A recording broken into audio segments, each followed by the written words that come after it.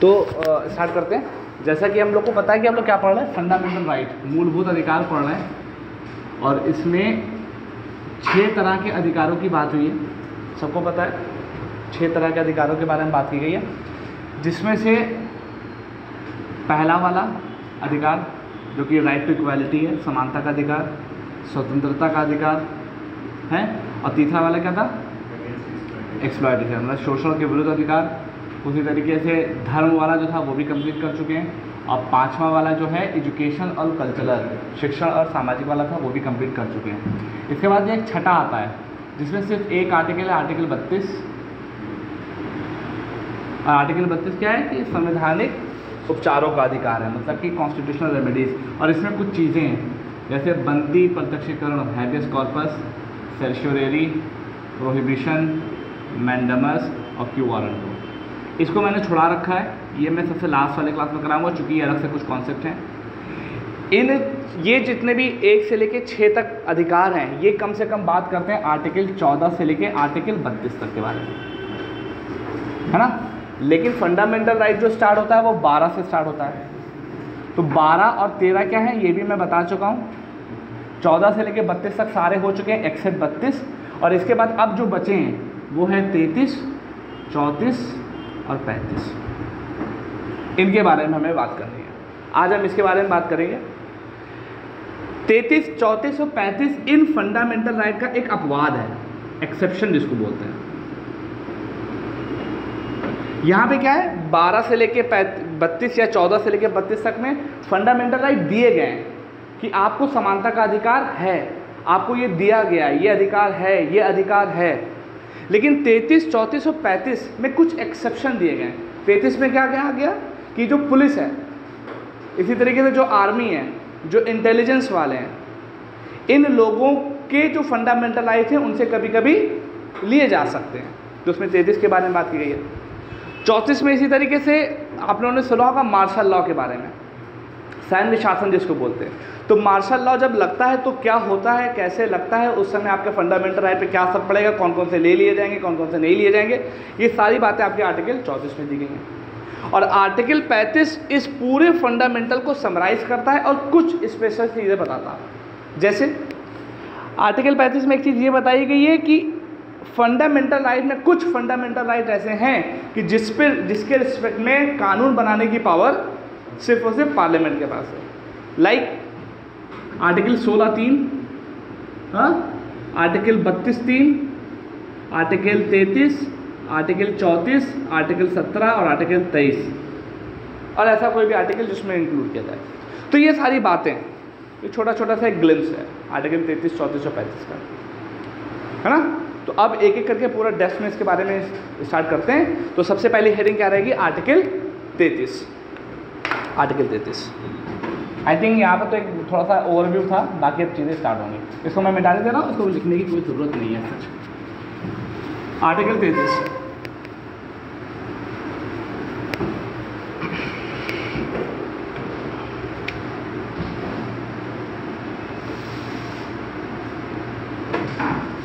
Article 33 बस context समझना, सारा सब कुछ आपकी बुक में लिखा हुआ है कि देश में चाहे इंटरनल हो चाहे एक्सटर्नल हो, अफरा तफरी ना फैले, एक लॉ एंड ऑर्डर मेंटेन रहे और एक सारी चीज़ें सुचारू रूप से चलती रहें। तो ये ज़रूरी है कि कुछ लोगों को अपने अधिकारों की बलि देनी पड़ेगी। हाँ, कुछ लोगों को अपने अधिकारों की बलि देनी पड़ेगी। जैसे हमारी जो आर्म्ड फोर्सेस होती हैं, आर्म्ड फोर्सेस मतलब सैन्य शक्ति जो हमारी आर्म्ड फोर्सेस, आर्म्ड फोर्सेस में क्या क्या आ गया, इंडियन नेवी, इंडियन एयरफोर्स और इंडियन आर्मी। नेवी मतलब पानी वाली जो सेना है हमारी, एयरफोर्स मतलब एयरफोर्स वाली, और जो आर्मी है वो थल सेना तो है ये। अब इन लोगों के कौन से बलि देनी पड़ेगी, चूँकि ये कहाँ पर है, बॉर्डर वाला कॉन्सेप्ट देखते हैं, तो उसको सेव करने के लिए इनके अधिकारों की बलि देनी पड़ सकती है। इसी तरीके से एक कॉन्सेप्ट होता है पैरामिलिट्री फोर्स।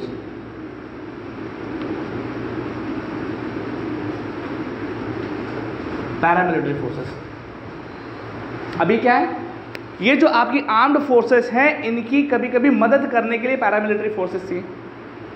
इनका अभी 2000s में क्या हुआ है, 2009 या 2011 में इस पूरा पैरामिलिट्री का नाम बदलकर CAPF कर दिया गया है, सेंट्रल आर्म पुलिस फोर्सेस। और इसके अंतर्गत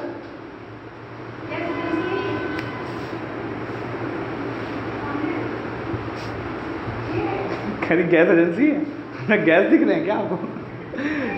सामने वाला, ठीक है। और इसके अंतर्गत आपने अभी नाम सुना होगा जैसे BSF, SSB, CISF, Assam rifle और इसी तरीके की 7 और हैं, ITBP, इसी तरह की 7 और हैं। हाँ, तो इनका एक सामूहिक नाम हमने क्या रख दिया, CAPF रख दिया। अब यहाँ पर एक क्वेश्चन बनता है, बहुत इंपॉर्टेंट है। इंडिया की इंटरनल सिक्योरिटी जब हम लोग पढ़ेंगे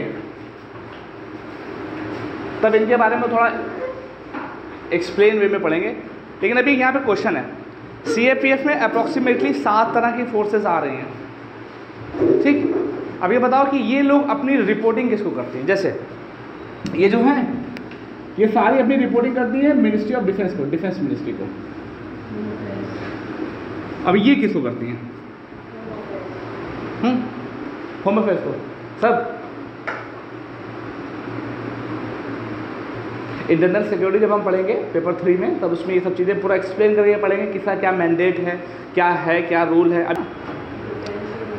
इसमें क्या ध्यान रखना, बहुत ध्यान रखना, जितनी 7 हैं ये सब किसको करती हैं? मिनिस्ट्री ऑफ होम अफेयर्स को, एक्सेप्ट असम राइफल। जितनी भी CAPF में जितनी भी 7 फोर्सेस हैं, सबके जो हेड होते हैं वो एक IPS ऑफिसर है। इट मीन्स कि BSF का जो भी हेड होगा वो एक IPS ऑफिसर होगा। शायद आप कनेक्ट कर पा रही होंगी। जितनी भी CAPF में फोर्सेस हैं 7 तरह की, सबके जो हेड होते हैं वो एक IPS ऑफिसर होते हैं, except one, again Assam rifle. तो असम राइफल के हेड जो होते हैं वो जो आपकी आर्मी से रिलेटेड होते हैं, वहाँ से एक कोई सेना से लिया जाएगा। बाकी जितने के सबके हेड होंगे वो आपके एक IPS ऑफिसर होंगे। तो आप लोग में से अगर कोई RPS बन जाता है तो जाके इन सब सेनाओं के अध्यक्षता भी आप लोग करोगे। और एक IPS बनने के फ़ायदे अलग भी बहुत होते हैं। अजीत डोभाल भी बन सकते हो, हैं, जेम्स बॉन्ड ऑफ इंडिया। तो फिलहाल ये सब चीज़ें, तो पैरामिलिट्री इन सब के भी अधिकारों की बलि इनको देनी पड़ सकती है। अब ये क्या है, इनकी मदद करने के लिए इनको रखा गया, ये प्रोसेस हो गया। इंटरनल सिक्योरिटी पढ़ाएंगे तो इसके लिए परेशान मत हो। इसके बाद एक और चीज़ आती है पैरामिलिट्री, वो जो लॉ एंड ऑर्डर को मेंटेन करती है, जिसको हम लोग क्या बोलते हैं, पुलिस। पुलिस है, उनके भी बहुत सारे अधिकारों का हनन होता है। हनन क्या मतलब, उनको रोका जाता है। क्यों? जाहिर सी बात है, लॉ एंड ऑर्डर को मेंटेन करने के लिए उनके भी अधिकारों का हनन किया जाएगा। इसी तरीके से बहुत सारी इंटेलिजेंस एजेंसी होती हैं। इंटेलिजेंस एजेंसी हो गई, लाइक CBI, IB, रॉ और एक्सेट्रा, बहुत सारी हैं। इनके भी फंडामेंटल राइट को कहीं ना कहीं रोका जा सकता है आर्टिकल 33 के तहत। और ध्यान रखना कि ये लोग जितने भी हैं, जस्ट लाइक इनको तो इतनी ज़्यादा टेलीकम्युनिकेशन की ज़रूरत पड़ती नहीं, लेकिन जो इंटेलिजेंस एजेंसी वाली हैं ये क्या कर, अब CBI को इंटेलिजेंस कैसे मिलेगी कि यहाँ पर किसी तरह का करप्शन हो रहा है, या यहाँ पर कोई सस्पेक्टेड पर्सन है, या NIA हो गया, इन लोग कैसे पता? इनकी एक पूरा टेलीकम्युनिकेशन सेंटर है, बहुत ध्यान रखना।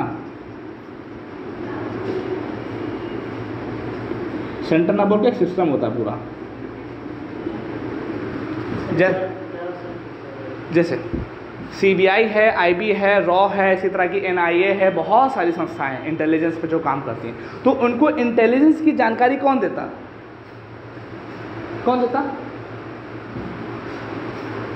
जैसे अभी 2008 में मुंबई में, 2008 में तो मुंबई में हमला हुआ था। तो जब वो हमला हुआ तो पैरामिलिट्री वाले फोर्स आए और भी कई फोर्सेस पहुंचे, तो उनको क्रिटिकल इन्फॉर्मेशन कौन दे रहा है? एक सिस्टम है, टेलीकम्युनिकेशन सिस्टम है, जो कि उनके लिए ही सिर्फ है, स्पेसिफिकली जिसके ऊपर वो काम करते हैं, जिसको आप ब्रीच नहीं कर सकते हमारा। उस टेलीकम्युनिकेशन सेंटर पे जितने लोग भी काम कर रहे होंगे, वो ज़रूरी नहीं है कि इसी इंटेलिजेंस से हो, उन सबके फंडामेंटल राइट भी कहीं ना कहीं हर्ट किए जा सकते हैं। इट मीन्स कि इनको जो इंटेलिजेंस की इंफॉर्मेशन दी जा रही है, उसके अंतर्गत एम्प्लॉयड जो लोग हैं, क्रिटिकल इंफॉर्मेशन एम्प्लॉयड लोग हैं, उनके भी फंडामेंटल राइट को कहीं ना कहीं कर्टेल किया जा सकता है। Is that clear? और इसी तरह की और भी वो फोर्सेस जो कि देश में सिक्योरिटी इंटीग्रिटी को मेंटेन करने के लिए यूज होती हैं, उसके कहीं ना कहीं अधिकारों का हनन किया जा सकता है। ये आर्टिकल 33 में सुखा से बोला गया है। ये वाला, जैसे अब ये बताओ, आईबी को इंटेलिजेंस इंफॉर्मेशन कैसे मिलती है? इंटेलिजेंस ब्यूरो को या रॉ को इंफॉर्मेशन कैसे मिलती है? कोई खुफिया वाला पर्सन तो देता है, तो खुफिया वाला पर्सन उनको देता है इन्फॉर्मेशन तो एक सिस्टम के जरिए से देता होगा, कोई कॉल करता होगा, कहीं बात होती होगी। जैसे उरी मूवी देखी तो उरी मूवी में पूरा एक सिस्टम होता है, तो क्या होता है कि उरी मूवी में वो जो अपना अंजाम दे रहे होते हैं, यहाँ से सब कुछ चल रहा होता है प्रोसेस, देखते ना ऑनलाइन सब कुछ देखा करते हैं। तो उस सिस्टम पे बैठ के जो लोग काम कर रहे हैं उनके भी फंडामेंटल राइट को कहीं ना कहीं कर्टेल किया जा सकता है। अब जैसे कुछ लोग ऐसे, क्या वो याद होगा, एक पर्सन था नहीं कि जो गरुड़ उड़ा रहा था, देखा था, कैमरा उसको लगा हुआ था। उस समय जो पर्सन, वो लड़का कौन था? मिलिट्री में था, नॉर्मल पर्सन था, लेकिन काम क्या कर रहा था? इंटेलिजेंस का काम कर रहा था। उसके भी फंडामेंटल राइट को कर्टेल किया जा सकता है। तो जाके अच्छा, जो उरी मूवी में गरुड़ उड़ा था, हमें उड़ाए थे, अच्छा बेटा उड़ाए थे तुम, आओ, तो उसके फंडामेंटल राइट को कहीं ना कहीं कर्टेल किया जा सकता है। ये है आर्टिकल 13 में मौजूद।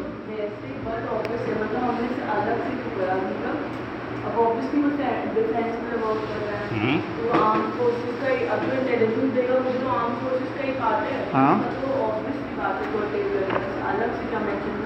अब ये बताओ, जो गरुड़ वाला पर्सन था वो कौन से इंटेलिजेंस का पर्सन था? नहीं, उरी मूवी देखी है? तभी उसमें क्या होता है कि एक गरुड़ का मतलब क्या होता है, वो जो बाज वाला उड़ता है, तो उसके अंदर वो कैमरा लगाए हुए थे। अब वो कैमरा को जो टैकल करने वाला प्रोसेस था, वो एक लड़का था, वो कहीं जॉब करता था, प्राइवेट पर्सन था, उसको पकड़ के अजीत डोभाल लेके चले आए थे। अब वो तो एक प्राइवेट पर्सन था ना, डिफेंस का पर्सन थोड़ी ना था। तो अब लेकिन वो इंटेलिजेंस के लिए काम कर रहा है, इंटेलिजेंस दे रहा, तो उसके भी फंडामेंटल राइट कर्टेल किए गए। इंटेलिजेंस के काम कर रहा है, हाँ एकदम हो गया, तो वो फंडामेंटल राइट से कर्टेल कर दिए। क्यों? अगर वो कहेगा कि हम बनाए हैं, हम बनाए, तो आफत नहीं हो जाएगी? हैं, जैसे 2008 वाले केस में हुआ था, सब कहने लगे अभी देखो पैरामिलिट्री फोर्स नीचे उतर रही है, पैरामिलिट्री फोर्स नीचे उतर रही है, और आतंकवादी सब देख लिए हैं, ये सब चीज़ें हो जाती हैं। फिलहाल तो इन लोगों के फंडामेंटल राइट कर्टेल किए जा सकते हैं, ये बात हो गई। अब कैसे कर्टेल किए जाएंगे? क्या एग्जीक्यूटिव एक्शन बोला कि ऐसे कर्टेल हो गए? नो। इसके लिए क्या करेगी? पार्लियामेंट टाइम टू टाइम अलग अलग लॉ पास करेगी।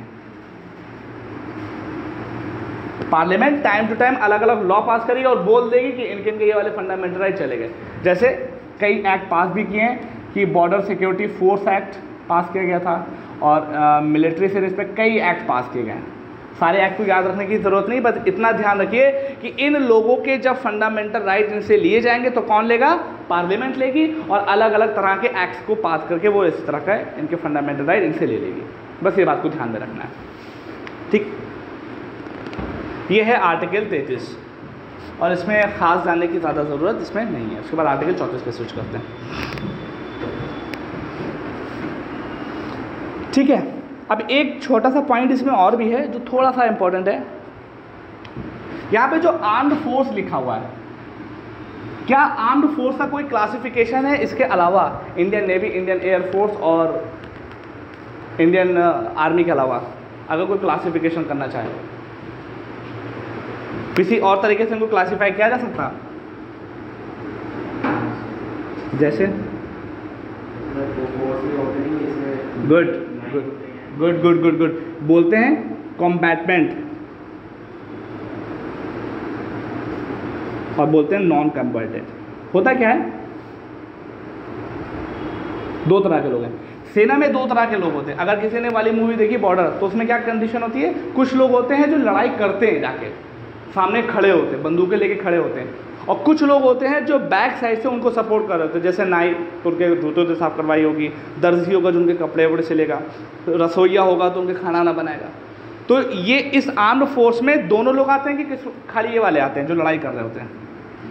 दोनों लोगों की स्पेशलाई करता है। अब इसमें आपका नाई भी हो सकता है, दर्जी भी हो सकता है, खाना बनाने वाला भी हो सकता है, ये सब चीज़ें। तो दोनों के ही फंडामेंटल राइट को कर्टेल किया जा सकता है, ये ध्यान रखना आर्म फोर्सेस में। ये दूसरा इसमें कोई भी हो सकता है, इसमें कैसे क्या? जैसे जब सेना होती है तो सेना लड़ने जा रही तो उसको खाने की ज़रूरत होगी, तो खाना कौन बना के देगा? तो जो लोग खाना बनाते हैं वो भी आर्मी के ही पार्ट हैं, लेकिन उनको नॉन कॉम्बैटेंट बोला जाता है। मतलब वो कॉम्बैटेंट का मतलब जो लोग हथियार लेके सेना के में आगे होते हैं उनको कॉम्बैट लड़ाई करने वाला, और जो लड़ाई नहीं कर रहे होते जो पीछे से उनको सपोर्ट कर रहे हैं। अब भाई उनके कपड़े कौन धुलेगा? वो खुद धुलें। उनके जूते फट गए कौन सिलेगा? खुद सिलें। खाना कौन बनाएगा? खुद बनाए, है ना। तो उनकी मदद करने के लिए जो लोग होते हैं उनको नॉन कॉम्बैटेंट बोला जाता है, और उनके भी फंडामेंटल राइट को आर्टिकल 23 के तहत कर्टेल किया जा सकता है, 33 के तहत। क्लियर? आगे बढ़ें। इसके बाद आता है, और एक चीज़ इसमें एक फैक्ट और भी है, बहुत इंपॉर्टेंट नहीं है लेकिन जान लो कि मान लो कि अगर किसी वजह से किसी एक आर्मी एम्प्लॉय के ऊपर कोर्ट मार्शल चलाया जा रहा है, ध्यान देखना, अगर किसी एक आर्म्ड फोर्स के एम्प्लॉय पर कोर्ट मार्शल चलाया जा रहा है तो क्या सुप्रीम कोर्ट उसमें इंटरवेंशन कर सकती है कि उनके फंडामेंटल राइट का हनन हो रहा है या नहीं? नहीं कर सकती, क्योंकि जब इनको ये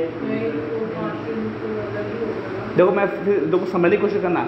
कोर्ट मार्शल किसी एक एम्प्लॉय के ऊपर चल रहा है, कोर्ट मार्शल क्या होता है? What is court martial? Anyone?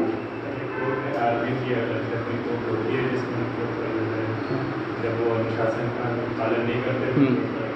हाँ, होता क्या है कि सेना के अपने खुद रूल्स एंड रेगुलेशन है, तो सेना के हर पर्सन को बोला जाता है कि भाई तुम्हें इस रूल्स एंड रेगुलेशन को फॉलो करके काम करना पड़ेगा। जब कोई पर्सन, कोई आर्मी एम्प्लॉय इस रूल को नहीं फॉलो करेगा तो उसके अगेंस्ट कार्रवाई की जाएगी।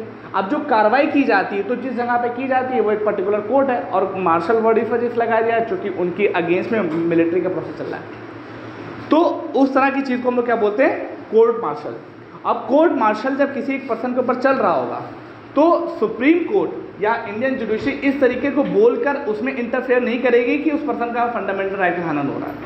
It is a different thing. तो ये ध्यान रखिएगा, सुप्रीम कोर्ट एज सच वहाँ पर इंटरफेरेंस नहीं कर सकती। बहुत इंपॉर्टेंट पॉइंट नहीं, लेकिन एक ध्यान में रखिएगा, ये बात है। ये आर्टिकल 33 है, इसके अलावा इसमें कुछ नहीं है। Any doubt?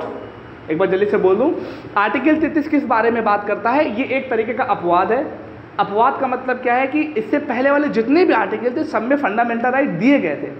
इसमें यह बताया गया है कि देश में एकता, अखंडता और सुरक्षा को मेंटेन करने के लिए कुछ लोगों के फंडामेंटल राइट कौन लेगा? पार्लियामेंट ले सकती है। और वो कौन से लोग होंगे? आर्म्ड फोर्स होगी। आर्म्ड फोर्स में कॉम्बैटेड, नॉन कॉम्बैटेड दोनों आते हैं। और आर्म्ड फोर्सेस का मेन क्लासिफिकेशन क्या है? इंडियन नेवी, इंडियन एयरफोर्स और इंडियन आर्मी। उसके बाद पैरामिलिट्री फोर्सेस भी आती हैं। पैरामिलिट्री फोर्सेस को पहले पैरामिलिट्री फोर्सेस बोला जाता था, अब उसको सेंट्रल आर्म पुलिस फोर्सेस के नाम से जाना जाता है। ठीक, इसके अंतर्गत 7 आती हैं, वो हम लोग इंटरनल सिक्योरिटी जब पढ़ेंगे, बस मैंने आपको बता दिया, तब उसके अंदर देख लेंगे। इसके अंदर पुलिस आती है, पुलिस के अधिकारों को भी हनन किया जा सकता है। इसी तरीके से इंटेलिजेंस एजेंसीज आती हैं, जैसे CBI, IB, रॉ और इस तरह की और भी सारी चीज़ें। और इन सबको टेलीकम्युनिकेशन सिस्टम के ज़रिए से जो इन्फॉर्मेशन दी जाती है उसके अंदर जो डिप्लॉयड लोग हैं उनके भी फंडामेंटल राइट को कहीं ना कहीं कर्टेल कर सकती है पार्लियामेंट जब उसको ज़रूरत लगेगी। ठीक है, अब इसके बाद बात आती है आर्टिकल 34 की। आर्टिकल 34, श्रेया क्या सब्जेक्ट मैटर है 34 का?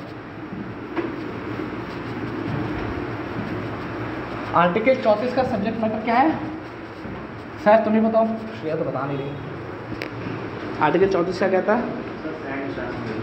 नहीं, पूरा क्या कहता है मेरे बच्चे? सैनिक शासन, असल में क्या होता है ना, सैनिक शासन उसमें वर्ड यूज़ किया गया।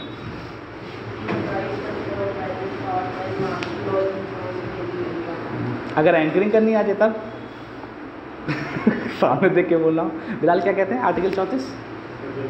व्यवस्था फैल जाती है, इसमें तो आर्म फोर्स लगाया जाता है। हाँ, तो मुझे नागरिक के जो है अधिकार होते हैं उसको देते हैं। देखो बहुत अच्छे करना। देखो सिचुएशन जैसे मान लो देश है, भारत है, एक कंडीशन होगी नॉर्मल कंडीशन, मतलब सब कुछ लॉ एंड ऑर्डर बढ़िया तरीके से चल रहा है। जब लॉ एंड ऑर्डर थोड़ा सा बिगड़ा, लोग अव्यवस्था फैल गई, तो सरकार उस अव्यवस्था से बचने के लिए क्या करती है? धारा 144 लगा दी। IPC या CRPC है? धारा 144 लगा दी। एक क्लास लेंगे IPC CRPC पहले से। धारा 144 लगा दी, उससे भी सिचुएशन नहीं सही हुई, बहुत ज़्यादा सिचुएशन खराब हो गई, तो एक लास्ट इससे बचता है पार्लियामेंट के पास, वो क्या होती है? इमरजेंसी, आपातकाल लगा दिया उसने 352 के तहत। हाँ, अब इससे भी व्यवस्था सही नहीं हो रही है, अभी भी लोग एकदम बुलबुलाए पड़े हुए हैं। तो अभी भी सरकार के पास पावर होती है कि देश में वो मार्शल लॉ लगा दे। मार्शल लॉ क्या होता है? मार्शल लॉ लगा दे। मार्शल लॉ का मतलब क्या हुआ कि जितना भी लॉ एंड ऑर्डर था, इसको कौन देखा था? लोकल एडमिनिस्ट्रेशन वाले। वो सारी पावर उनसे उनकी सस्पेंड कर दी जाएगी और यहाँ पर सेना का शासन हो जाएगा। सेना फिर अपने अकॉर्डिंग रूल्स एंड रेगुलेशन को चलाएगी। ध्यान रखिएगा, ऑर्डिनरी लॉ और ऑर्डिनरी लॉ से संबंधित कोर्ट वोर्ट सब सस्पेंड कर दिए जाते हैं और यहाँ पर सेना का शासन हो जाता है। सेना अपने हिसाब से देखेगी, इवन इतना देखेगी कि आपके सारे फंडामेंटल राइट मार्शल लॉ के तहत बंद कर दिए जाएंगे, सारे 20-21 भी नहीं। जैसे इमरजेंसी के रिस्ट्रिक्ट में क्या है, कोई भी इमरजेंसी लगी हो लेकिन आर्टिकल 20 और 21 कभी खत्म नहीं होता, लेकिन इसमें सब खत्म हो जाता, सारी रिट बंद हो जाती एक्सेप्ट वन। सिर्फ एक रिट बची रहती है, हेबियस कॉर्पस, बंदी प्रत्यक्षीकरण, वो बात करेंगे इस बारे में। तो मार्शल लॉ इतनी खतरनाक सिचुएशन है। नॉर्मल सिचुएशन है, ठीक करना होगा, धारा 144 लगा दी गई, उससे भी ठीक नहीं हुई तो हमने इमरजेंसी लगा दी। इमरजेंसी भी situation law and order maintain नहीं हुआ तो हमने मार्शल लॉ लगा दिया। मार्शल लॉ का मतलब क्या है? नॉर्मल एडमिनिस्ट्रेशन का जो रूल है वो सब सस्पेंड कर दिया जाता। यहाँ पर कौन आ जाएगा? सेना। अब सेना आएगी, इतनी पावर हो जाती है कि वो चाहे तो किसी को लगे कि ये पर्सन आगे जाके बवाल कर सकता है, उसको शूट भी कर देगी, उसको गोली से उड़ा के मारा भी जा सकता है। भारत में अभी मार्शल लॉ एक बार लगा है आज़ादी के बाद, सोच लो, नहीं लगा, कभी नहीं लगा। क्या ये पूरे देश में लगाया जाता? सिर्फ किसी एक पार्ट में जहां पर ज़्यादा बवाल हो रहा हो। ये छोटी सी कंडीशन होती मार्शल लॉ। अब आर्टिकल 34 मार्शल लॉ, उसमें एक वर्ड बस यूज किया गया है। आर्टिकल 34 ये कहता है, वो मार्शल लॉ नहीं मेरी बच्ची, वो वहाँ का सिस्टम ही एकदम अलग है। अफास्पा पढ़ा है? अफास्पा पढ़ा है? अफास्पा की रिस्पेक्ट में पहले था, अभी ये क्या है? लॉ एंड ऑर्डर मेंटेन के लिए आर्मी का प्रोसेस नहीं, वो स्पेसिफिक। देखो वहाँ पर गवर्नमेंट तो है, लोकल गवर्नमेंट का, जब लोकल गवर्नमेंट है तो सेना का हो। अब जैसे यहाँ पर भी लोकल गवर्नमेंट होती, कभी कभी चुनाव जब होता तो आर्मी को बुलाया जाता है ना कि भैया आके देखो थोड़ा बहुत। तो इसका मतलब ये तो है ना मार्शल लॉ लगा है। मार्शल लॉ का मतलब ये है कि सारा का सारा जिम्मा अब आर्मी ने ले लिया है। लोकल एडमिनिस्ट्रेशन सस्पेंड है, लोकल ऑर्डिनरी लॉ कोर्ट भी सस्पेंडेड है, ठीक है। हाँ, सुप्रीम कोर्ट हाई कोर्ट अपनी जगह पे है, वो तो मेंशन है, लेकिन लोकल चीज़ें वहाँ पर सस्पेंड कर दी जाती हैं। तो ये मार्शल लॉ का है। आर्टिकल 34 में स्पेसिफिकली मार्शल लॉ के बारे में बात नहीं है, उसमें उस सिचुएशन के बारे में बात की गई जब मार्शल लॉ के जरिए से उठती है। जैसे बोला ये गया है कि जब भारत के किसी भी हिस्से में अगर मार्शल लॉ लग गया तो वहाँ पर अगर कोई गवर्नमेंट का एम्प्लॉय, चाहे सेंट्रल गवर्नमेंट का एम्प्लॉय चाहे स्टेट गवर्नमेंट का एम्प्लॉय, उस मार्शल लॉ को मेंटेन करने के लिए कोई भी स्टेप लेता है तो पार्लियामेंट के पास ये पावर है कि उसको वो सेव कर ले, सेव करे। अब यहां पर एक बहुत अच्छा वर्ड आता है, यहां पे एक वर्ड यूज होता है, इसको बोलते हैं, एक बहुत खूबसूरत सा वर्ड यूज हुआ है, द प्रेसिडेंट, मैं आपको बता रहा, बहुत खूबसूरत सा वर्ड है, उस चीज़ को देखना पड़ेगा। हाँ, इंडेमनीफाई, बहुत देखना पड़ेगा, ये वर्ड यूज किया गया है इंडेमनीफाई। इंडेमनीफाई एक्ट, एक्ट का मतलब कोई लॉ नहीं है, ध्यान से देखना।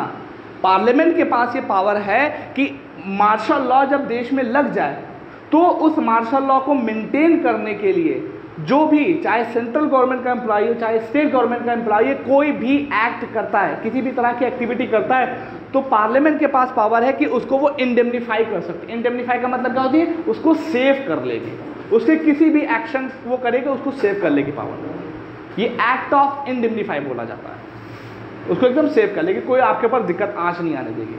क्यों? क्योंकि आपने मार्शल लॉ को मेंटेन करने के लिए काम किया गया। तो क्वेश्चन आता है कि मार्शल लॉ कहीं कॉन्स्टिट्यूशन में डिफाइंड है? कहीं नहीं डिफाइंड है ना। लेकिन क्या इसके लिए कोई स्पेसिफिक पावर या चीज़ें दी गई? एकदम नहीं डिफाइंड है, और अभी कभी लगाया नहीं गया है, इस वजह से इसके सारे प्रोविज़न नुमाया भी नहीं हुए, मतलब अभी सामने भी नहीं आया। तो बस ये है, आर्टिकल 34 क्या कहता है? मार्शल लॉ के बारे में नहीं कहता, कहता है कि अगर मार्शल लॉ लगी हुई है तो पार्लियामेंट के पास ये पावर है कि उस मार्शल लॉ को मेंटेन करने के लिए जो सेंट्रल गवर्नमेंट और स्टेट गवर्नमेंट के कोई भी एम्प्लॉय होगा, उसको मेंटेन करने के लिए कोई भी एक्शन करती है, उसको इंडेमनीफाई करने की पावर पार्लियामेंट के पास है। मतलब उसको सेव करना, उसको प्रिजर्व करने की पावर किसके पास है? पार्लियामेंट के पास है। भाई ये पावर सिर्फ पार्लियामेंट के पास है। अभी हम लोग आर्टिकल 35 में इसको देखेंगे और आगे। Is that clear? ये सिंपल सा आर्टिकल 34 का सब्जेक्ट मैटर है। अब इसमें कुछ स्पेसिफिक चीज़ें मेंशन की जाती हैं कि ये जो मार्शल लॉ लग गया है, मार्शल लॉ इमरजेंसी से किस तरह डिफरेंट है ना। बस इसमें एक चीज़ आप लोग को जानना है कि ये जो मार्शल लॉ हमने लगा दिया या सरकार ने लगा दिया ये इमरजेंसी से किस तरह डिफरेंट है, तो उसकी एक पूरी लिस्ट आपकी बुक में दी हुई है। सबसे पहला डिफरेंस क्या होता कि मार्शल लॉ लगने से हमारे फंडामेंटल राइट्स पूरे तरीके से ख़त्म हो जाते हैं, लेकिन इमरजेंसी लगने से क्या होता 19, 20 और 21, 20-21 तो कभी नहीं खत्म होते, 19 तभी खत्म होता है जब एक्सटर्नल इमरजेंसी लगाई, मतलब बाहरी युद्ध के जरिए से लगाई गई हो। तो मतलब 19, 20 और 21 तो कभी नहीं खत्म होता, 19 भी कभी कभी खत्म होता, कभी कभी नहीं खत्म होता, है ना। तो 19 भी कहीं ना कहीं थोड़ा सा सेफ रहता। मार्शल लॉ लगने की वजह से जो सेंटर और स्टेट के रिलेशन है उसमें कोई फर्क नहीं पड़ता, लेकिन इमरजेंसी लगने की वजह से सेंटर और स्टेट के रिलेशन पर असर पड़ जाता है, पढ़ सकता है ना, सिंपल सी बात है, ठीक है। और क्या चीज़ें इसमें क्या होता है कि ऑर्डिनरी एडमिनिस्ट्रेशन या लोकल एडमिनिस्ट्रेशन सस्पेंड कर दिया जाता है, एडमिनिस्ट्रेशन सस्पेंड कर दिया जाता है, खत्म नहीं किया था, मतलब रोक दिया जाता, थोड़ी देर में सस्पेंड कर दिया जाता। इमरजेंसी में क्या होता, इमरजेंसी में क्या होता पावर चली जाती है लेकिन उसको पूरी तरीके से ख़त्म नहीं किया जाता। मतलब ऐसा नहीं है कि सरकार को ख़त्म कर दिया गया, हाँ जब स्टेट इमरजेंसी लगाई जाती है तब उसको ख़त्म। नेशनल इमरजेंसी में जो लोकल गवर्नमेंट होती है जैसे कि स्टेट गवर्नमेंट है किसी जगह, उसको ख़त्म नहीं किया जाता। हाँ मेनली पावर किसके पास आ जाती है, सेंट्रल गवर्नमेंट के पास, लेकिन ख़त्म नहीं किया जाता। तो जो लोकल एडमिनिस्ट्रेशन है वो कॉन्टिन्यू रहता,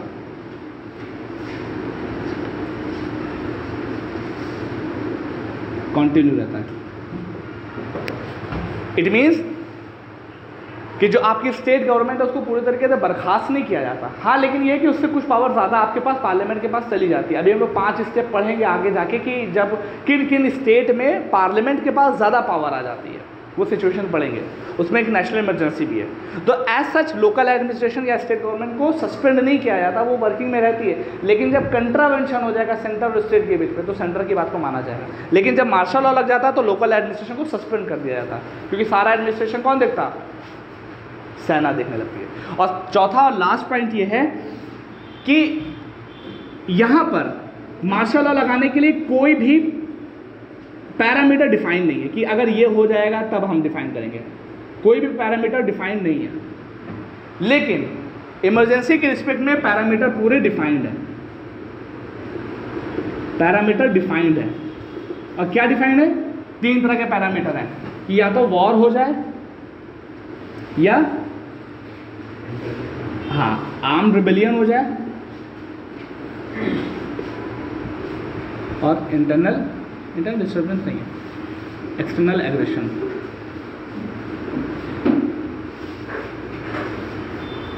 इज दैट क्लियर?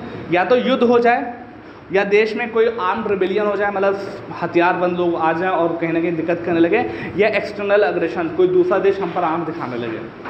ये पैरामीटर डिफाइंड है कॉन्स्टिट्यूशन में, इस आधार पर आपकी इमरजेंसी लगेगी। मार्शल लॉ के लिए कोई ऐसे प्रोविज़न आपके डिफाइन नहीं है, ठीक है। कौन सा, ये वाला मार्शल लॉ के लिए पैरामीटर डिफाइन नहीं है। कोई पैरामीटर है कि ये होगा तब मार्शल लॉ लगेगी, लेकिन इमरजेंसी के लिए है कि भैया वॉर हो जाएगी तब इमरजेंसी लगाई जा सकती है, आर्म्ड रिबेलियन सैन्य विद्रोह हो जाए तब इमरजेंसी लगाई जा सकती है, एक्सटर्नल एग्रेशन बाहरी जो आंखें दिखाने लगते नहीं तुम्हारे पर हमला करने जा रहा, तो उस आधार पर कहीं ना कहीं इमरजेंसी आपके ऊपर लगाई जा सकती है। Is that clear? सिंपल सा है, कोई ज़्यादा इसमें इफ एंड बट नहीं है। एक्ट ऑफ इंडेमनिटी, कभी ये वर्ड आंसर यूज़ करना, इसका हिंदी में वर्ड देखना क्या बोलते हैं इसको वर्ड को यूज़ करना, आंसर में लिखना कि article 34 is not only talk about the martial law, martial law के बारे में बात नहीं करता, वो बोलता कि अगर मार्शल लॉ लग जाए तब क्या होगा। तो ये बोलता अगर मार्शल लॉ लग जाए तो स्टेट गवर्नमेंट और सेंट्रल गवर्नमेंट के जो भी एम्प्लॉयज़ हैं, अगर वो मार्शल लॉ को मेंटेन करने के लिए कोई भी स्टेप लेते हैं, चाहे किसी तरह का स्टेप ले लें, हो सकता है कि वो लोगों को लगे कि ये गलत कर रहा है, लेकिन पार्लियामेंट के पास ये पावर है कि वो उसको इंडेमनीफाई कर सकती है, उसको माफ़ कर सकती है, उसको सेव कर सकती है। ये चीज़ को ध्यान रखिएगा। ये आर्टिकल 34 है। एक बार रिवाइज करें जल्दी से आर्टिकल 34 के बारे में।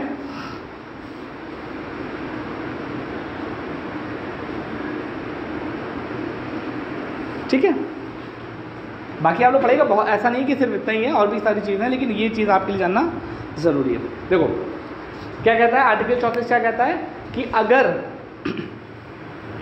देश में किसी रीजन में मार्शल लॉ लगा हुआ है तो लोगों के फंडामेंटल राइट के ऊपर रिस्ट्रिक्शन है, और उस मार्शल लॉ को मेंटेन करने के लिए चाहे स्टेट गवर्नमेंट चाहे सेंट्रल गवर्नमेंट का कोई भी एम्प्लॉय हो और उसने कोई भी एक्शन लिया हो, सरकार के पास, पार्लियामेंट के पास ये पावर है कि उसके उस कृत्य को, उस एक्ट को इंडेमनीफाई कर सकती है, मतलब उसको सेव करेगी। तुमने किया है, हम तुमको सेव करेंगे, घबराओ नहीं। ठीक है, ये होती है मार्शल लॉ के तरह। अब ये मार्शल लॉ क्या होता है? मार्शल लॉ का मतलब क्या है? सैन्य शासन। सैन्य शासन सबसे एक्सट्रीम लेवल है जब सेना को हर तरीके की पावर दे दी जाती है कि आके आप जो देश में लॉ एंड ऑर्डर है उस पर्टिकुलर रीजन में उसको मेंटेन करो।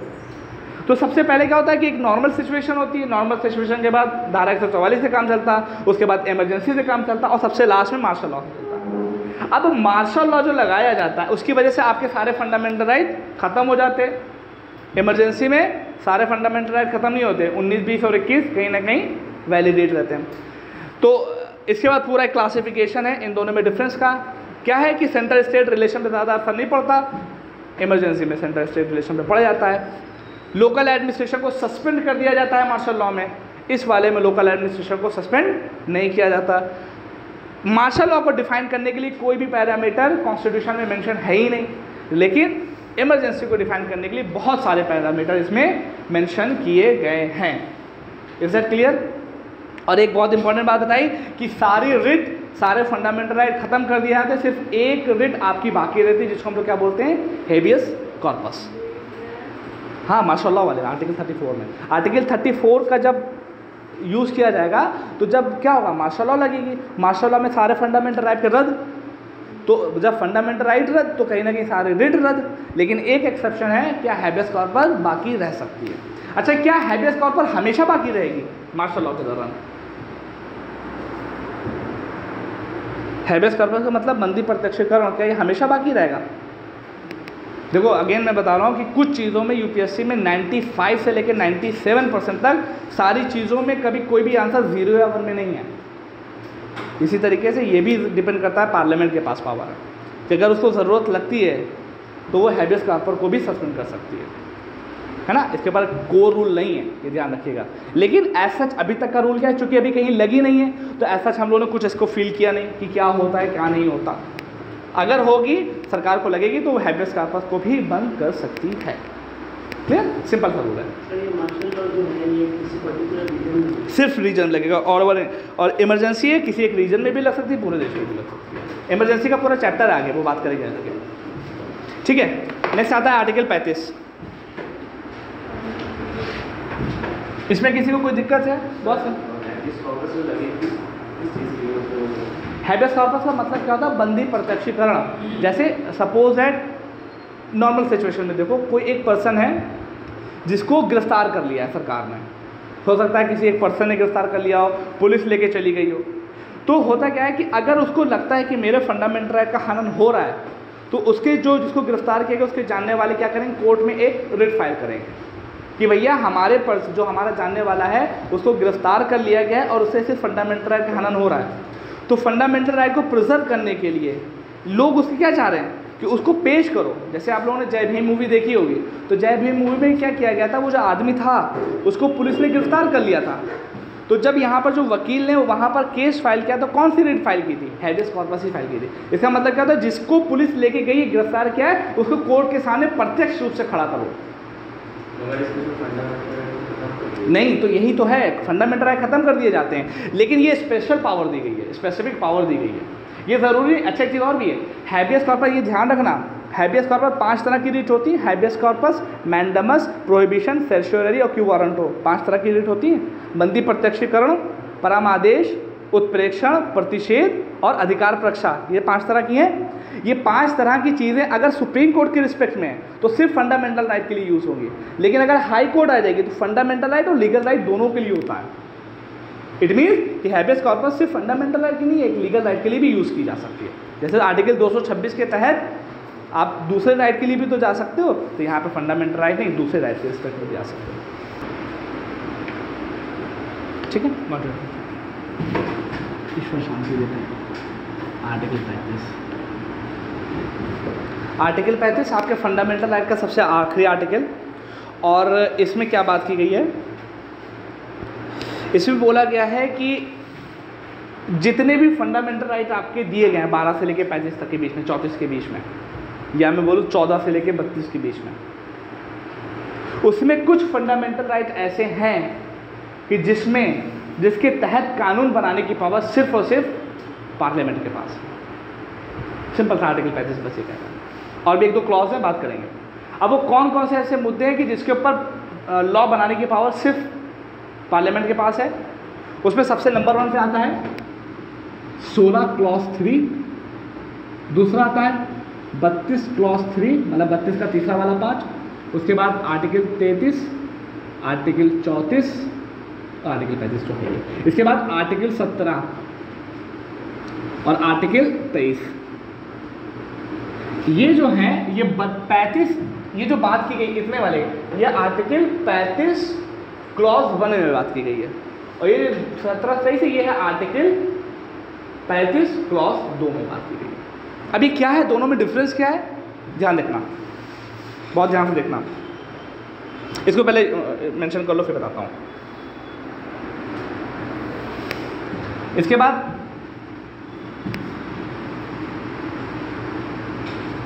एक इसका पॉइंट है आर्टिकल 35(3), और इसके बाद एक इसका पॉइंट और है आर्टिकल 35(4). ठीक है, बस एक फिगर है, देखो बहुत ध्यान से देखना, बहुत सिंपल सा लॉजिक है, बहुत इजी सा प्रोसेस है। ये जो आर्टिकल 35(1) है, इसमें ये बोला गया है कि देश में एक तरह के कानून की समानता लाने के लिए कुछ चीज़ों में पार्लियामेंट का इन्वॉल्वमेंट ज़रूरी है। मतलब एक तरह का कानून पूरे देश में लागू हो और उससे वैमनस न, मतलब उल्टी सीधी चीज़ें, सब चीज़ें मेंटेन रहे। जैसे आर्टिकल 16(3) में क्या कहा गया है, ध्यान रखना, रेसिडेंस क्या रहा था, मतलब क्या है, बोला ये क्या गया था कि आर्टिकल 16 में क्या बोला गया था, 7 आधार दिए गए थे, उसमें से तीसरा क्या था, रेसिडेंस। तो बोला गया है कि जो निवास है इसके ऊपर अगर किसी भी जॉब में, सरकारी जॉब में अगर कंडीशन निवास के ऊपर डिस्क्रिमिनेशन करना होगा तो वो पावर सिर्फ किसके पास है, पार्लियामेंट के पास। 32(3) क्या कहता है, ये भी एक तरह का एक्सेप्शन है। आर्टिकल 32 में क्या है, रिट के बारे में बात की गई है। तो आर्टिकल 32(3) में ये बोला जाता है कि जो रिट जारी करने की पावर है किसके किसके पास है, सुप्रीम कोर्ट, हाई कोर्ट, उसके अलावा किसी के पास है, कि कौन दे सकता है, पार्लियामेंट। यही बात आर्टिकल 32(3) में बोली गई है, और ये पावर किसके पास है, सिर्फ पार्लियामेंट। आर्टिकल 35 अपने पहले क्लॉज में ये बोलता है कि आर्टिकल 32(3) के तहत जो भी रिट जारी करने की पावर है सुप्रीम कोर्ट और हाई कोर्ट के पास है, इसके अलावा किसको दी जाएगी, कि उसके अलावा हाई कोर्ट और सुप्रीम कोर्ट के अलावा किसको दी जाएगी, ये सिर्फ पावर किसके पास अवेलेबल है, पार्लियामेंट के पास। और यही 35 के क्लॉज 1 में बात की गई है, ये इसके अंदर मेंशन कर दिया गया। इसके अलावा आर्टिकल 33 के रिस्पेक्ट में कानून कौन बनाएगा, सिर्फ पार्लियामेंट बनाएगी। आर्टिकल 34 के रिस्पेक्ट में कानून कौन बनाएगा, सिर्फ पार्लियामेंट बनाएगी। तो किस चीज़ के ऊपर कानून कौन बना सकता है, वो सिर्फ और सिर्फ पार्लियामेंट बनाएगी, इन 4 मेन क्लॉजेस के ऊपर। 16(3) जो कि रेसिडेंस कंडीशन बता रहा था, 32(3) सुप्रीम कोर्ट और हाई कोर्ट के अलावा किसी और को रिट पावर देनी है या नहीं देनी, कौन बताएगा, पार्लियामेंट बताएगी। आर्टिकल 33 में किन किन के फंडामेंटल राइट लिए जाएंगे, और आर्टिकल 34 मार्शल लॉ से संबंधित था। ये सारी चीज़ें बात हो चुकी हैं, ये था कौन कानून बनाएगा। और 17 में क्या है, अस्पृश्यता और trafficking in human being and force labour के अगेंस्ट में था। इसमें क्या है, कि अगर कोई अनटचेबिलिटी करता है तो उसको सज़ा मिलेगी, अगर कोई इमोरल ट्रैफिकिंग करता है, असभ्य तरह की एक्टिविटी करता है तो उसको सज़ा मिलेगी। तो सज़ा मुअय्यन करने की पावर, मतलब सज़ा डेजिग्नेट करने की पावर भी सिर्फ पार्लियामेंट के पास। यहाँ पर सज़ा नहीं दी जा रही है, यहाँ पर सिर्फ कानून बनाया जा रहा है, यहाँ पर इसके अगेंस्ट सज़ा दी जा रही है। तो क्यों ये पार्लियामेंट अपने पास रखी? ताकि अगर पूरे देश में कहीं पर भी अनटचेबिलिटी हो, अस्पृश्यता को प्रिवेल किया जाए, तो उसके ऊपर सेम पावर पूरे देश में मिलनी चाहिए। अगर कोई पर्सन केरला में अस्पृश्यता करता है और यूपी में करता है, तो ऐसा ना हो कि केरला का कानून अलग हो, यूपी का कानून अलग हो, एक तरह का कानून पूरे देश में लागू होना चाहिए। इस वजह से पार्लियामेंट को पावर दी गई है कि अस्पृश्यता के ऊपर आर्टिकल 17 के तहत आप ही कानून बनाओगे, आर्टिकल 23 के तहत भी आप ही कानून बनाओगे, ताकि एक तरह की सज़ा पूरे देश में मुहैया हो, ताकि फंडामेंटल राइट में एक रूपता है ना। ये यहाँ पर पावर दी गई। आर्टिकल 35(3) बहुत इंपॉर्टेंट है। इसमें यह बोला गया है कि पार्लियामेंट के पास ये पावर है कि कुछ ऐसे लॉ होंगे जो कि आपके फंडामेंटल राइट की रिस्पेक्ट में हो, जो कॉन्स्टिट्यूशन बनने से पहले से हो। जैसे आईपीसी, सीआरपीसी, ये सब पहले से है ना। आईपीसी, सीआरपीसी, बहुत सारी चीज़ें। आईपीसी पहले से, सीआरपीसी तो बाद में आया। आईपीसी के जो संविधान बनने से पहले जितने भी लॉ हैं, और वो अगर आपके फंडामेंटल राइट की रिस्पेक्ट में है, लेकिन अगर मान लीजिए कोई उसमें ऐसा पॉइंट है जिसकी वजह से आपके फंडामेंटल राइट पे असर पड़ रहा है, तो उसको चेंज करना चाहिए। और चेंज करने की पावर सिर्फ किसके पास है? पार्लियामेंट के पास है। तो पार्लियामेंट के पास ये पावर है कि कॉन्स्टिट्यूशन बनने से पहले जितने भी लॉ हैं, अगर वो आपके फंडामेंटल राइट के साथ कोहेरेंस नहीं कर रहे हैं, उसके साथ मेल मिलाप नहीं कर पा रहे हैं, तो उसको अमेंड कर सकती है, ख़त्म कर सकती है, बदल सकती है, नया इंक्लूड कर सकती है। किसके पास पावर है? पार्लियामेंट के पास है। ये आर्टिकल 35 का क्लॉज 3 है। और आर्टिकल 35 का क्लॉज 4 क्या कहता है? बहुत ध्यान से देखना, बहुत अच्छा सा है, थोड़ा लॉजिकल है। आर्टिकल 35 का क्लॉज 4 ये बोलता है कि जनरल सिचुएशन में होता क्या है कि स्टेट के ऊपर स्टेट कानून बनाएगा, यूनियन लिस्ट के ऊपर यूनियन कानून बनाएगी। जैसे अनुसूची 7 में क्या है, शेड्यूल 7 में क्या है, 3 तरह की लिस्ट दी गई है ना, केंद्रीय, राज्य और संवर्ती, 3 तरह की सूची दी गई है। तो राज्य अपनी लिस्ट पे कानून बनाए, केंद्र अपनी लिस्ट पे कानून बनाए। तो अब ये बताओ, एक चीज़ देखो, जैसे मैंने वहाँ पे कंडीशन बताई, रेसिडेंस, निवास, तो निवास किसी एक राज्य में होगा, तो किसका मैटर है? राज्य का मैटर है। हाँ, अनटचेबिलिटी किसी एक राज्य में हो रही है, किसका मैटर है? राज्य का मैटर है। राज्य का मैटर होते हुए भी इसके पर कौन कानून बना रहा है?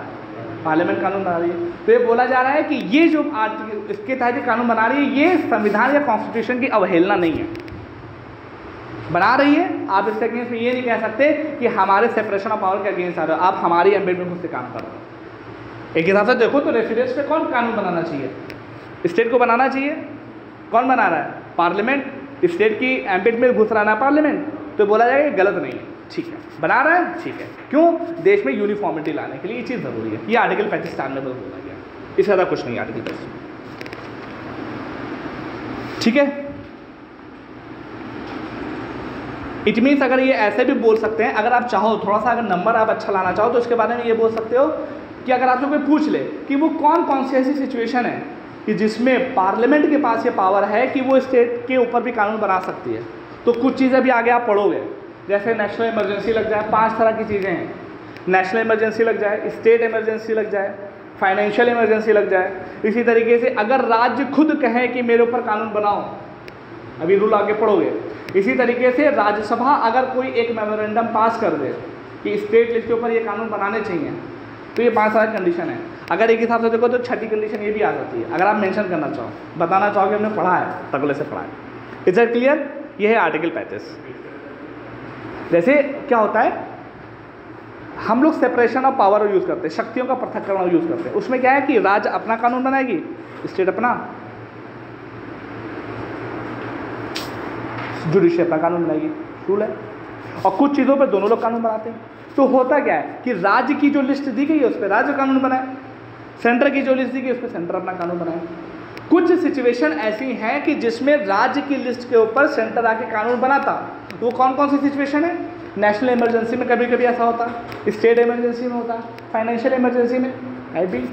चौथी कंडीशन होती है कि जब एक या एक से अधिक राज्य आपस में मिलें और अपने यहाँ एक प्रोसीजर को फॉलो करके सेंटर से कहें भैया इस रिस्पेक्ट में हमारे यहाँ कानून बना दो, तब भी पार्लियामेंट इसके ऊपर कानून बना सके। इसी तरीके से राज्यसभा के पास एक स्पेसिफिक पावर है कि अगर वो चाहे तो अपने यहाँ एक बिल को पास करवाए और कह दे कि पार्लियामेंट इस चीज़ के लिए कॉम्पिटेंस है कि वो स्टेट के ऊपर कानून बना सकता है। ये 5 कंडीशन आगे हम लोग एलेबोरेट वे में पढ़ेंगे।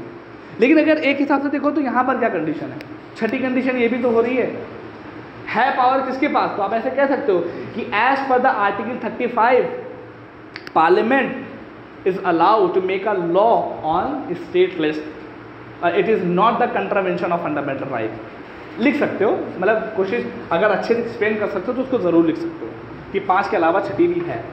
हाँ, तो ये सब चीज़ें हैं। आगे बढ़ें, ये है आर्टिकल 35। तो जल्दी से तीनों रिवाइज कर ले, कौन करवा रहा है रिवाइज, फिर उसके बाद अपने मेन मुद्दे को पढ़ें। आर्टिकल 33, 34, 35 तीनों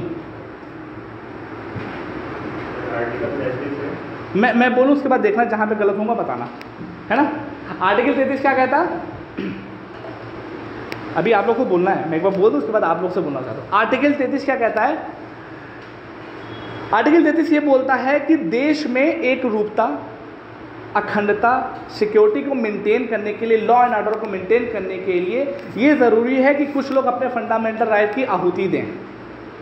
अब वो कौन लोग हैं, सेना है, इंटेलिजेंस वाले हैं, पुलिस है, टेलीकम्युनिकेशन सेंटर वाले। कौन से टेलीकम्युनिकेशन सेंटर, जो लोग इनको इंटेलिजेंस की सुविधाएं प्रोवाइड कर रहे हैं, ये लोग अपने अधिकारों की आहुति दें।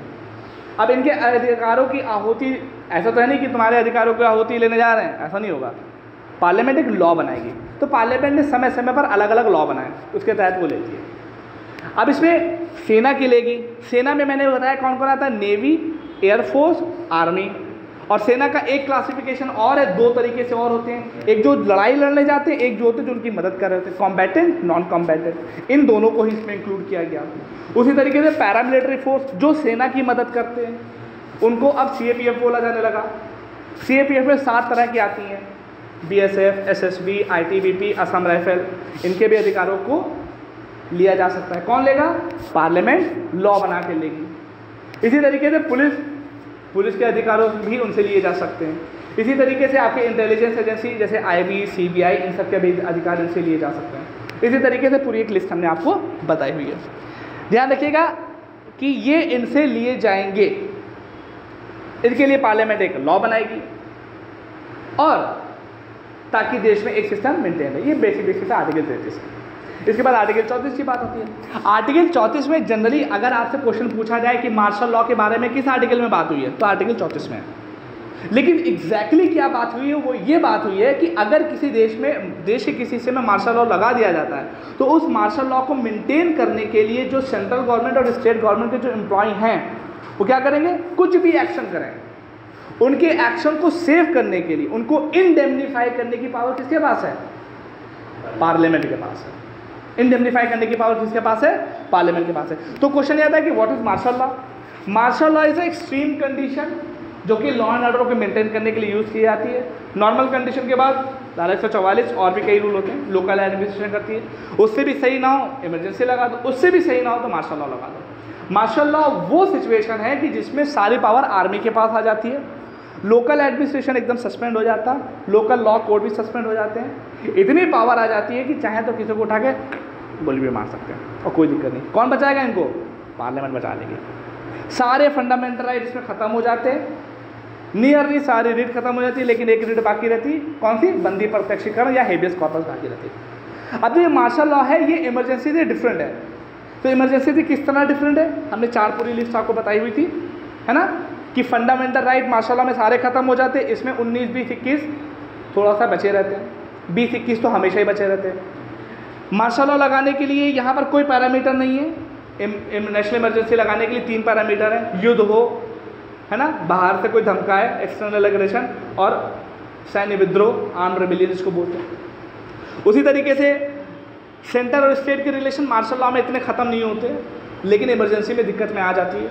कभी कभी इमरजेंसी लगा ही इस वजह से जाती है ताकि सेंट्रल स्टेट रिलेशन में दिक्कत आ जाए, और भी कई चीज़ें हमने इसके बारे में बताई। ये था आर्टिकल 34। इसके बाद आता है आर्टिकल 35। आर्टिकल 35 क्या कहता है कि ये जो फंडामेंटल राइट्स हैं आपके, इस पे जो लॉ है वो कौन बनाएगा? सेंट्रल गवर्नमेंट भी बना सकती है, स्टेट गवर्नमेंट भी बना सकती है, लेकिन कुछ फंडामेंटल राइट ऐसे हैं कि जिसके ऊपर कानून सिर्फ कौन बनाएगा? पार्लियामेंट बनाएगी। कुछ फंडामेंटल राइट ऐसे हैं कि जिसके ऊपर सज़ा कौन मुहैया करेगा? सिर्फ पार्लियामेंट करेगी। कुछ फंडामेंटल राइट ऐसे हैं कि जो जिनकी रिस्पेक्ट में लॉ कॉन्स्टिट्यूशन बनने से पहले थे, उसमें कुछ अमेंडमेंट करना है, नहीं करना है, कंटिन्यू रखना है, उसके साथ क्या करना है, ये पावर किसके पास है? पार्लियामेंट के पास है। यही आर्टिकल 35 बताता है कि अगर इसकी वजह से एक हिसाब से देखो तो पार्लियामेंट, सेंट्रल गवर्नमेंट स्टेट की लिस्ट में घुस रही है, स्टेट की लिस्ट की एम्बिट में जा रही है, लेकिन वो कोई गलत नहीं है, वो सही है। 35 में क्या थी? 4 तरह के क्लॉजेस थे जिसके ऊपर कानून बनाने की पावर किसके पास है? 16(3) मतलब कि रेसिडेंस कंडीशन डिफाइन करना सिर्फ पार्लियामेंट के पास है। सुप्रीम कोर्ट और हाई कोर्ट के अलावा रिट की पावर जारी करने की पावर किसी और कोर्ट को देना, ये पावर किसके पास है? पार्लियामेंट के पास है। आर्टिकल 33 के रिस्पेक्ट में कानून बनाना, पार्लियामेंट। आर्टिकल 34 के रिस्पेक्ट में कानून बनाना, पार्लियामेंट। आर्टिकल 17 और 23 के तहत जो सज़ा दी जाएगी, क्या पनिशमेंट होनी चाहिए, ये डिफाइन करने की पावर सिर्फ किसके पास है? पार्लियामेंट के पास है। आर्टिकल 35(3) क्या कहता कि संविधान लागू होने से पहले जो भी लॉ थे, अगर उसकी वजह से हमारे फंडामेंटल राइट का हनन हो रहा है तो उसको अगर चेंज करना है, मॉडिफाई करना है, कंटिन्यू रखना है, हटाना है, घटाना है, कुछ भी करना हो, कौन करेगा? पार्लियामेंट। जैसे अगर आईपीसी की किसी एक प्रोविजन से आपके फंडामेंटल राइट का हनन हो रहा हो, जैसे अडल्ट्री, आईपीसी 498 के तहत किसका हनन हो रहा था? राइट टू प्राइवेसी का। अडल्ट्री हटाई गई, तो आईपीसी कब का था? 1860 का है, हटाई गई, किसने हटाया? पार्लियामेंट। ये कौन से क्लॉज को यूज़ किया हुआ? आर्टिकल 35(3) का क्लॉज यूज़ किया था उसने, ये पावर उसके पास है। आर्टिकल 35(4) का क्या है? हाँ, पार्लियामेंट को पता है कि कुछ चीज़ें हैं कि जिसके अंदर हम स्टेट लेजिस्लेचर के अंदर घुस रहे हैं, उसकी मेन एम्बिट पे जा रहे हैं, लेकिन ठीक है, देश में एक रूपता लाने के लिए हमको ये करना पड़ेगा। ये है आपका मेन फंडामेंटल राइट के सारे आर्टिकल। Sir article